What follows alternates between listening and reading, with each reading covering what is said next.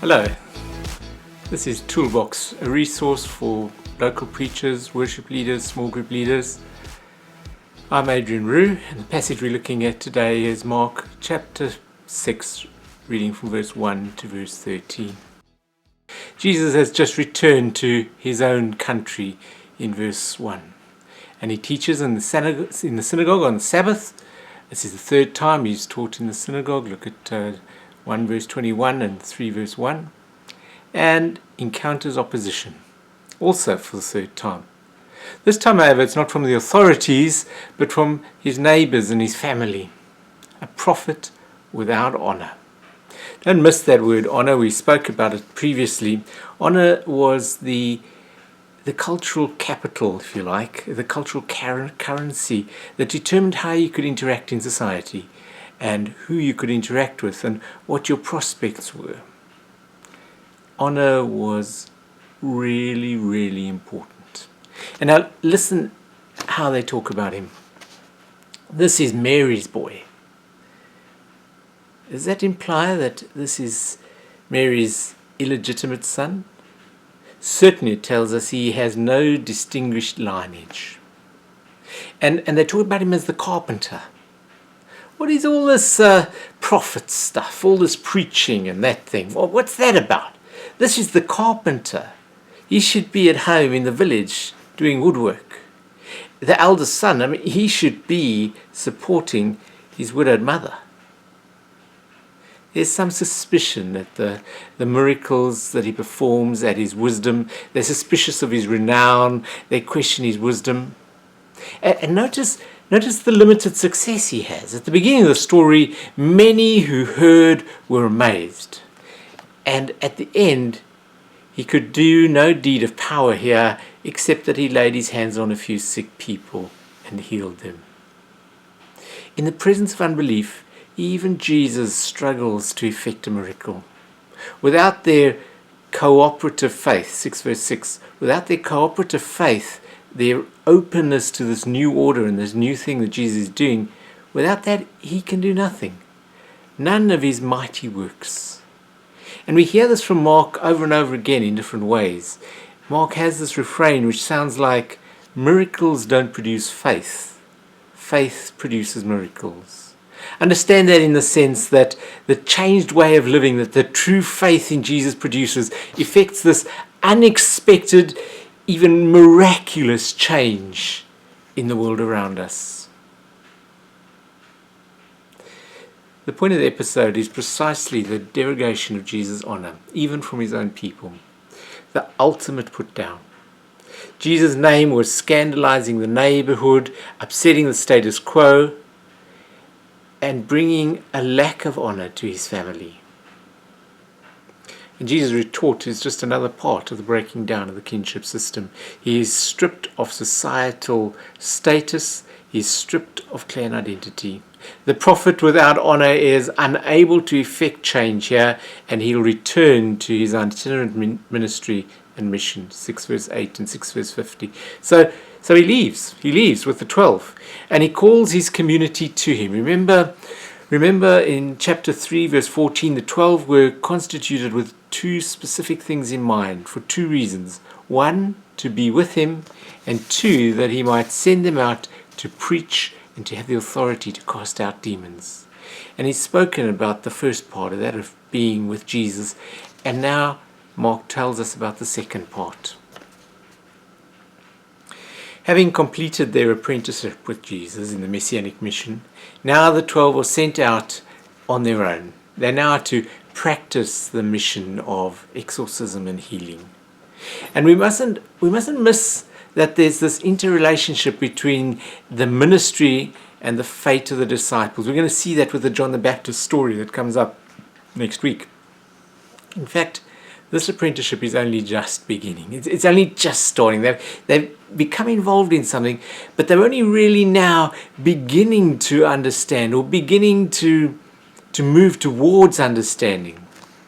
In chapter 8, Jesus' second call will come, a discipleship of the cross, a reminder of how much this is going to cost, and that it's not all happily ever after and a happy ending, before that there's a cross and there's death. In that inevitable clash between the powers that be and this new kingdom, a new way that is being born. Consequently, Mark is not really interested in telling us about the mission of the 12. He's kind of hoping that by now we get it and we understand what it's about. And so in verses 7 and verses 12 he expresses it, but it's only really in sort of bare bones summary form. And yet the disciples are told explicitly to take only the bare necessities for the travel on the way, verses 8 to 11.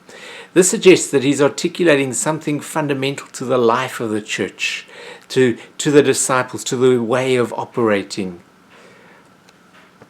And Mark focuses on Jesus' instructions. The orders are not necessarily specific to the disciples on that day. I think we need to understand them being more general and being about discipleship today or about us as church. They're to go 2 by 2.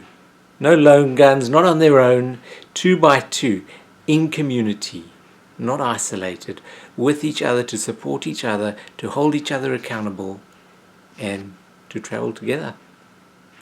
And they're allowed the means of travel. They're allowed to take rod and sandals, and some have suggested that the rod was for self-defense. Others have suggested that the rod was a symbol of religious authority.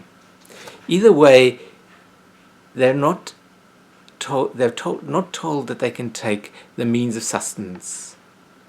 They're to be wanderers in the land. They're to find hospitality in the household. They're to find support in the place where they live and minister. They're not supposed to be independent. They go 2 by 2, but they go into the vulnerability of the community as well. That dress code is really important. The point of the dress code is not to show who they are or how holy they are. And that's why perhaps the suggestion that the rod is a religious authority symbol is probably not correct. They have to show who they are and how holy they are by their actions, by the things that they do. Jesus has already in verses in chapter 2, 18 to 22, he rejects this idea of cosmetic piety, and instead he assures that the missionaries will be dependent on the hospitality of the people that they go to. Having been made a stranger at home, Jesus is now instructing his community and his followers how to be at home among strangers. The suggestion is simple. The suggestion is clear. Where the gospel is received and embraced, disciples are to remain. Where it is rejected, they're to move on. 6 verse 10. And this severs evangelism from any practice of domination or conquest or accumulation or empire. And how different the history of the world and how different the history of Christianity and Christian mission would have been if all those directives had been followed. Last week's passage, this week's passage, next week's passage have a theme of honor that runs through them. Jesus is seen to be without honor in his own town. In chapter 5, there was the relative honor of the woman who was bleeding, and Jairus' daughter who was dead, and Jairus himself as well. Here, Jesus is seen as to be without honor in his own town and amongst his own people because they are so worried about the dishonor that he is bringing and how that will dishonor them by association. And next week we read about John the Baptist, and we hear the story of John the Baptist and how John's honor confronts the powers that be honor, that how he and Herod are involved in this tussle that is about honor, and how in the end it seems that the prophet John loses his honor. In the symbol of the story, he loses his head, the symbol of his honor. Herod can't see what God is doing. Herod can't see whose side God is on, because Herod is blinded by his own culture, by his own ideas of honor. And we should be careful that we don't let our own ideas of right and wrong or honor and dishonor determine what we do. Rather, we need to associate with the honor and the glory of God, as we've learnt and seen, and as we try to follow and learn and see in Jesus Christ. God bless.